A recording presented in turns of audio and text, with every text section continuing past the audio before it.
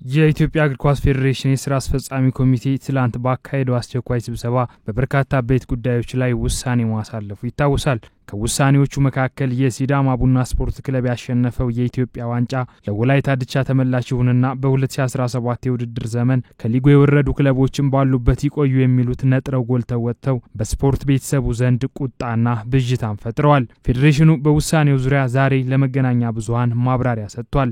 የፌዴሬሽኑ ፕሬዚዳንት ኢሳያስ ጅራ በማብራሪያቸው የኢትዮጵያ እግር ኳስ ፌዴሬሽን የፍትህ አካላት የሰጡትን ውሳኔ እንጂ የራሱን ውሳኔ አይደለም ያሳለፈ ብለዋል። ፕሬዚዳንቱ ቅጣት የተላለፈባቸው ክለቦች ጉዳዩን ወደ መደበኛ ፍርድ ቤት ወስደው የሊግ ካምፓኒውንና የፌዴሬሽኑን ይግባኝ ሰሚ ኮሚቴ ውሳኔ ሲያሳግዱ ፌዴሬሽኑ በበኩሉ ወደ ፊፋ ሄዶ የሶስተኛ ወገን ጣልቃ ገብነት አለ ብሎ ማመልከቱን በማስታወስ ሆኖም ግን ክለቦች በጊዜ ሂደት የያዙት መንገድ እንደማያዋጣቸው አውቀው የመደበኛ ፍርድ ቤት እግዱን ሲያነሱ ሶስቱ ክለቦች ላይ የቅጣት ውሳኔ ማሳለፋቸውን አስገንዝበዋል። ምንድነው ቅሬታቸው? አሁን እናንተ ጋር ያለው ብዙ ማህበረሰብ ጋር ያለው ቀነሳችሁ ለምን አላወረዳችሁም?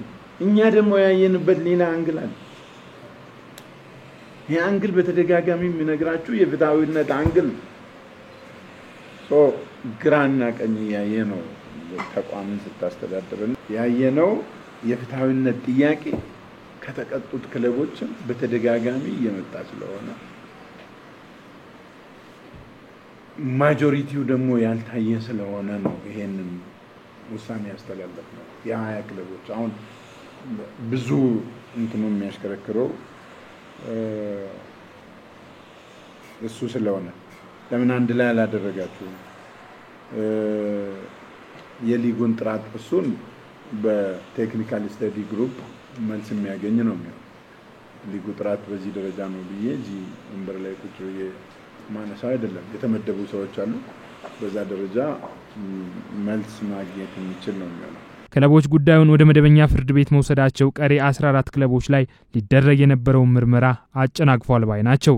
ከኢትዮጵያ እግር ኳስ ፌዴሬሽንም ከሊግ ካምፓኒውም ከተቋቋመውም አጣሪ ኮሚቴ ውጪ ተባባሪ አካል አለ። ይህን ጉዳይ የሚያጣራ የፋይናንስ ኢንተለጀንስ ቲም አለ። በዚህ ደረጃ በፍርድ ቤት ውሳኔዎች የሚቆሙ ከሆነ የኛ መድከም ዋጋ የለውም በሚል ውሳኔዎቹ የማጣራት ሂደቱ ቆሟል። 4 ክለቦች ተገኙ፣ እነሱ ላይ እርምጃ ተወሰደ። 14ቱ ክለቦች ምንም አልተነኩ።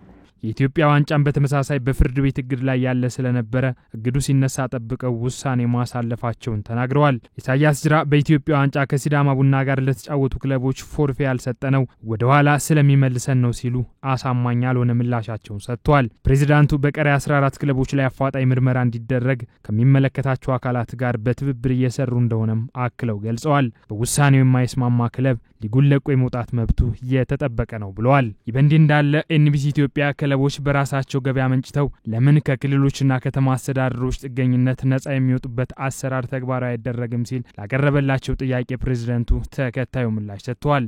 ከተማ አስተዳደሮቹ ክለቦቹን ይዞኮ መሳተፋቸው እኮ ፉትቦሉን ሰፖርት ማድረጋቸው ነው። ለምንድን ነው ይሄንን ምንጠራ? ኦሎፍ ዘሰደን እነኚህ ከተማ አስተዳደሮች እጃቸውን ቢሰበስቡ ይሄን በጀት መድቦ ፉትቦሉን ሰፖርት የሚያደርግ ክለብ የሚይዝ ስንት አካል አለ ብለን እስቲ እንመልስ ራሳችን። ለምን እነኚህ መንግስታዊ ተቋማት ክለብ ይዞ መወዳደራቸውን እንደ ክፋት ነው የምናየው? አንተ ባለ ሀብት ብትሆን ገንዘብን የምታፈሰው ሪተርን ፍለጋ ነው። የበጎ አድራጎት ስራ አይደለም የምትሰራው። እነኚህ ከተማ አስተዳደሮች ግን የሀገሪቱን እግር ኳስ ለመደገፍ የሚያደርጉትን እንቅስቃሴ ማድነቅ መቻል አለብን፣ ማመስገን መቻል አለብን።